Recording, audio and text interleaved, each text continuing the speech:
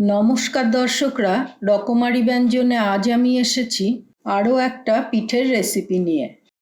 আজ আমি বানাচ্ছি মাটির সরাতে সরা পিঠে। বানাবো শুকনো সরা পিঠে আর দুধে ভেজানো সরা পিঠে। এই জন্যে সামান্য উপকরণই আজ লাগছে। নিয়েছি 2 কাপ পরিমাণ আতপ চালের গুঁড়ো, 1 কাপ পরিমাণে পাটালি গুড়, নিয়েছি 1 চিমটি নুন। কিছু পিঠে আমি দুধেও ভেজাবো, তাই নিয়েছি কিছুটা পরিমাণে জাল দিয়ে রাখা দুধ। আর দুধে দেওয়ার জন্য নিয়েছি 2টো তেজপাতা। পিঠেটা আমি আজ মাটির সরাতেই করব, তাই নিয়েছি এরকম একটা মাটির সরা। পিঠে বানানোর জন্য সরাটাকে প্রথমেই খুব ভালো করে গরম করে নিতে হয়। একবার এই সরাটাকে হাই ফ্লেমে বসালে সরাটা ফেটে যাওয়ার সম্ভাবনা থাকে।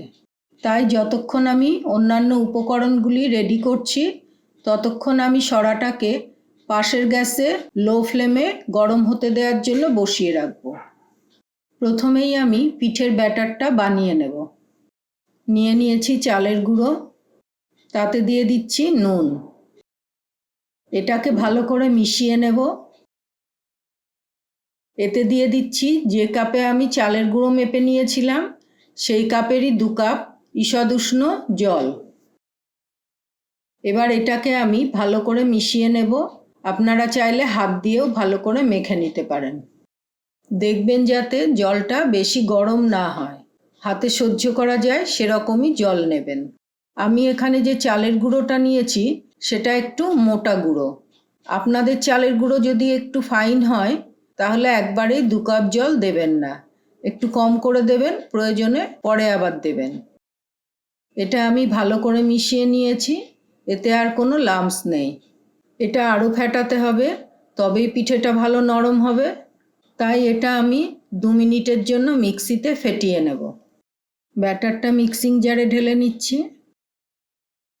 এবার এটাকে 2 মিনিটের জন্য ঘুরিয়ে নেব। ব্যাটারটাকে ফেটিয়ে নিয়েছি, এটা আগের থেকে অনেকটাই স্মুথ হয়ে গেছে। ব্যাটারটা আরও একটু পাতলা হবে, তাই আমি এতে দিয়ে দিচ্ছি আরও 1/2 কাপ ঈষদ উষ্ণ জল। এটাকে আবার ভালো করে মিশিয়ে নেব। দেখুন ব্যাটারটা এরকম হবে, গাঢ়ও না আবার খুব বেশি পাতলাও না। দেখুন হাতার পেছন দিকটায় আঙুল দিয়ে টানলে এরকম একটা দাগ হয়ে যাবে। পিঠের ব্যাটারটা রেডি হয়ে গেছে। এটাকে আমি ঢাকা দিয়ে কিছুক্ষণের জন্য সরিয়ে রাখব। পিঠেটা আমি দুধে ভেজাবো, তাই দুধটাকে এবার রেডি করে নেব। গ্যাসটা অন করে দুধটা বসিয়ে দিলাম। দুধটাকে ফুটতে দেব। দুধটা গরম হয়ে গেছে, এতে দিয়ে দিচ্ছি 2টো তেজপাতা। খেজুর গুড়ের সঙ্গে তেজপাতার গন্ধটা খুব ভালো লাগে। দুধটা ফুটে উঠেছে। যেহেতু দুধটা আগে থেকেই জাল দেওয়া ছিল, তাই এটা ঘনই আছে। বেশি ঘন করে ফেললে পিঠের মধ্যেও আর এটা ঢুকবে না। এতে দিয়ে দিলাম পাটালি গুড়। এটাকে আরও একটু ফুটিয়ে নেব। আপনারা আপনাদের পছন্দ মতো এতে মিষ্টি কম বা বেশি দেবেন। দুধটা রেডি হয়ে গেছে, এবার এটাকে আমি নামিয়ে ঢাকা দিয়ে রাখবো। এবার পাশের গ্যাস থেকে গরম সরাটাকে আমি এদিকের গ্যাসের ওপর বসিয়ে নেব।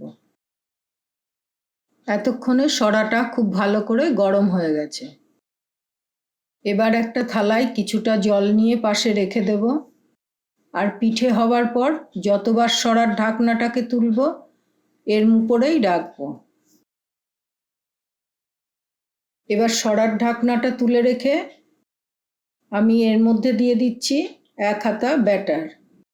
তারপর ঢাকনাটাকে এর ওপর বসিয়ে দিয়ে একটু ঘুরিয়ে নিয়ে এটাকে সেট করে দেব।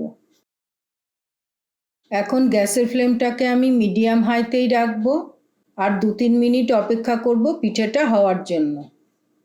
মনে রাখবেন ব্যাটারটা যেন খুব ভালো করে ফেটানো হয়, আর যদি হাত দিয়েও ফেটান তবে প্রথম পর্যায়ে চালের আটাটাকে খুব ভালো করে মেখে নেবেন।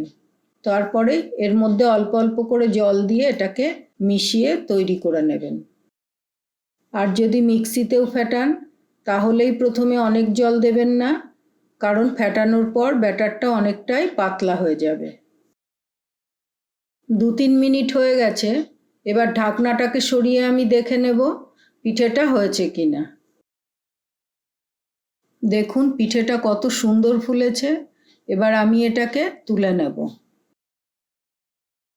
দেখুন কত সহজেই পিঠেটা উঠে আসলো, আর সরার গায়েও একটুও লাগেনি। এবার পিঠের উল্টো দিকটাও আমি দেখিয়ে দিচ্ছি। দেখুন কত সুন্দর হয়েছে, আর একটুও পুড়ে যায়নি। আমি আর একটা পিঠেও বানিয়ে দেখাচ্ছি। প্রত্যেকবার পিঠেটা দেওয়ার আগে ব্যাটারটাকে ভালো করে গুলিয়ে নেবেন। সরাটা যদি খুব ভালো করে গরম করে নেওয়া যায় তাহলে পিঠে হতে 2 মিনিট সময়ও লাগে না। দেখুন আর একটা পিঠেও আমার রেডি হয়ে গেল, আর এটাও কত সহজে উঠে আসলো। আর এটারও উল্টো দিকটা দেখুন কত পরিষ্কার হয়েছে। আর এভাবেই আমি বাকি পিঠেগুলো বানিয়ে নেব। স্বাদ বদলানোর জন্যে আপনারা এই পিঠেটাকে একটু অন্যভাবেও বানাতে পারেন। আমি কিছুটা ব্যাটার বাঁচিয়ে রেখে এতে দিয়ে দিচ্ছি কাঁচা লঙ্কা কুচি আর ধনেপাতা কুচি। এবার এগুলো মিশিয়ে নিয়ে একইভাবে এই পিঠেটাও বানিয়ে দেখাচ্ছি।